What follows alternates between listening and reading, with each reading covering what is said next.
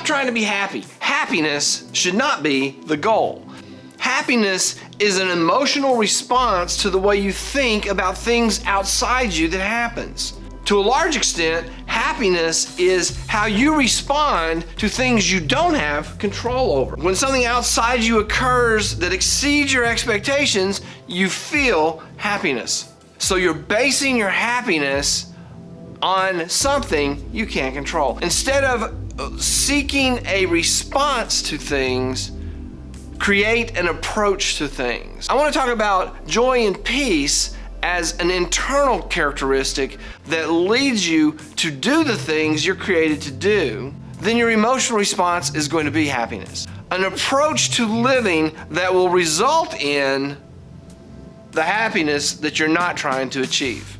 This should be interesting. So if happiness is not the goal, then what is? What is the goal? I'm going to propose that it needs to be something that comes from within you, something that drives you forward rather than something that is a reaction to things around you. Happiness is a emotional response to the way we think about the things that happen. When things meet our expectation or exceed them, we're happy. The more they exceed, the more we're happy. When they fall short, we're not happy. And each time we reach a goal, and if each time it makes us happy, oftentimes it takes a little bit more.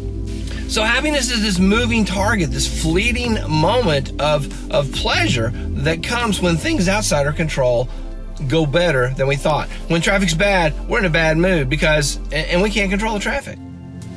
So instead of happiness, pursue peace, contentment, or joy. And we're going to talk about how to do that. A pursuit of rather than a reaction to. An approach to life rather than a reaction to what happens. When you're chasing happiness, sometimes you're chasing things that you can't control. There's a better way.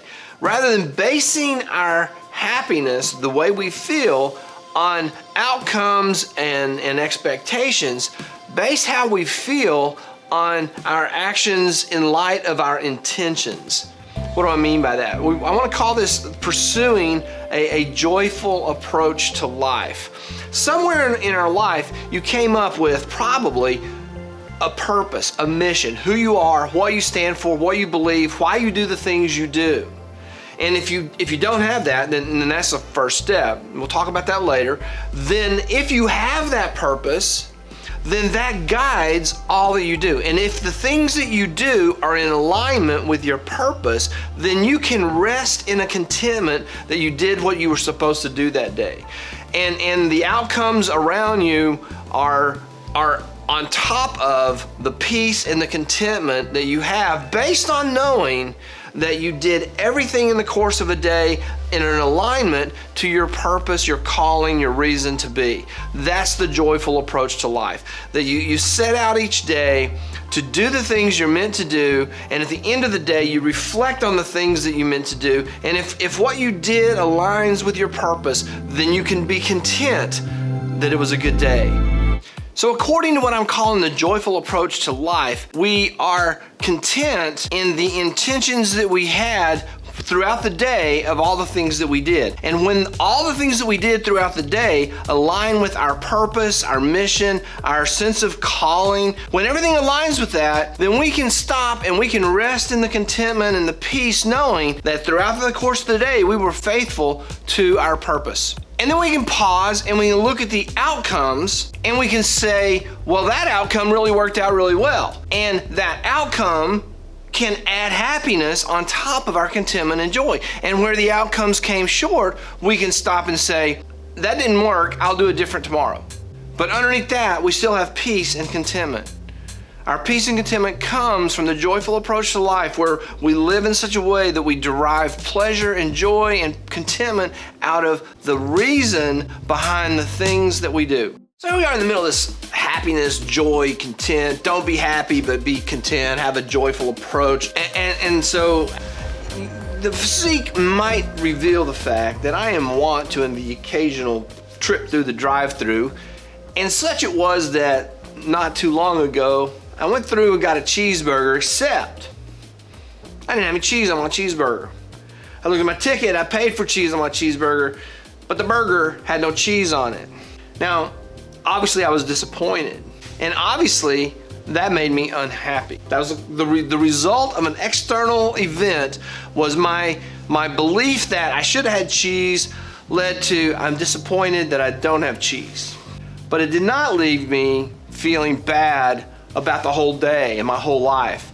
Because as I think about my purpose in life, that cheeseburger is only an incidental little thing that has very little to do with who I am and what I'm trying to do. And while I was disappointed in the outcome of that trip through the drive-thru, I was not disappointed in my overall day. I did not let that one disappointing event, which I had no control over, bring down my day of contentment based on the fact that I spent the whole day doing things that align with my purpose and my calling. That's the joyful approach. When my actions align with my purpose and calling, I can rest in a peace and contentment that makes those missing pieces of cheese a lot less important. Whereas happiness is an internal response to events outside you, peace and joy is an internal response to things that are within you. When you live your life in accordance to your purpose and your mission, you experience peace and contentment and joy. Not as some response to things you can't control, but as a response to an evaluation of what you did and why you did it. Now, why did you do that thing? A young man holds the door open at a gas station, convenience store, as another person is coming out. Why does he do that? Because it's nice to be nice to other people. Why? Because other people are valuable and they have worth. Well, why? And if you keep drilling down and you go, why? Eventually you get to some core truth, some core reason, some primal why, on top of which everything else is built. Now the problem is some people drill down, and they get down to this primal why and they go, wait a minute. The person who dies with the most toys wins.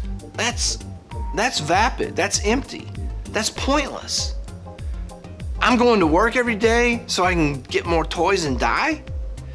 If you drill down and your why ends up being pointless, you've got the wrong why. Going to work isn't a bad thing, but if the reason that you're going to work is because you're trying to get more toys than everyone else, then something's out of alignment.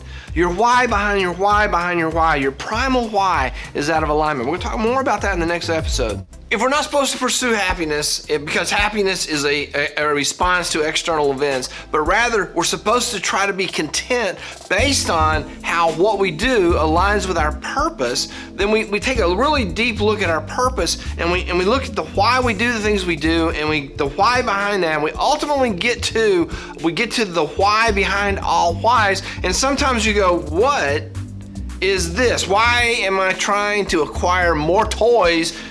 That's vapid. If that's the case, then you've got to reject your why behind and find a different why.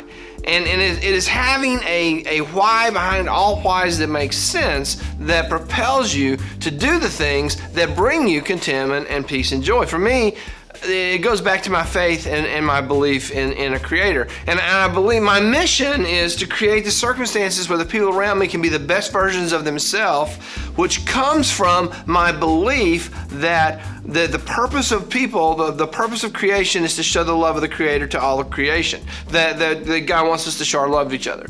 And so that's where my mission comes from. If you drill down to where you get the why behind all whys and you go, man, that's dumb, then you need to change your why behind all whys. If we're going to live our life seeking contentment based on doing the things that aligns with our purpose, and our purpose grows out of the why behind all whys, then we need to be able to have a why that makes sense and has value and meaning. We've been talking about how you can be content if in your daily life you line your actions up with your mission, with your purpose. And I said in the previous video that I look at my mission as being able to create the circumstances for others so that they can become the best versions of themselves. And I had a student ask me, how does that play out? How do you do that in real life? I've got a video game example. Play World of Warcraft, and we're doing this quest, and you have to go in and you have to kill like 15 of these things, and you get all these points, and once you get all the points, and you leave. So I got there and started the quest, and I was picking things off one or two at a time. And then this other guy joins me. I don't know who he was, some stranger. He joins me. And then together we started picking them off like 6 or 7 at a time, because between the two of us we could do that. So I finished, and I turned around and I started leaving. I was like, well, he just pulled 6 more of those dudes, and this is not going to be good for him if I leave. And so my life mission of making things better, I turned around and I stayed until he finished. So having a joyful approach to life means what? In the sum, in the big picture, what does it mean? It means that based on our deepest beliefs, our why behind all whys, we identify our purpose. And from that, we create a mission. And then, as we go through each day, we do the things that align with our mission.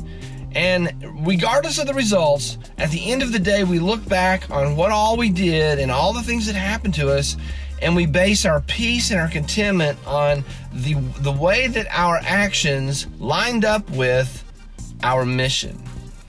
In my own life, the mission of showing God's love to others, if it is expressed in the things I do, then I can be content that I did the best I could at being me throughout the day. But you have to go into it intentionally. I had a comment from a YouTube friend, and the gist of the comment was, if you don't intentionally make time for the things that you intend to do, the things of the world will fill in. The things that other people expect will eat up all of your time. So you get to the end of the day and you go, I was not able to use the things that I did in a way that aligned with my purpose. You have to be intentional about living your mission every day as you go forward. And at the end of the day, evaluating all the things you did, not in terms of how well they came out, but in terms of how well they aligned with your mission, with your purpose, that is based on the why behind all whys. The joyful approach to life is to know what you're trying to do and try to do that in every instance of your life. Video game, work, family, relationship, friends, sport, whatever it is you're doing, align your actions with your mission. And when you do that, you can stop at the end of the day and you can be content that you did the best you could at being who you are in the context that you're in. Live the joyful life. Don't chase happiness, but chase joy and peace and contentment.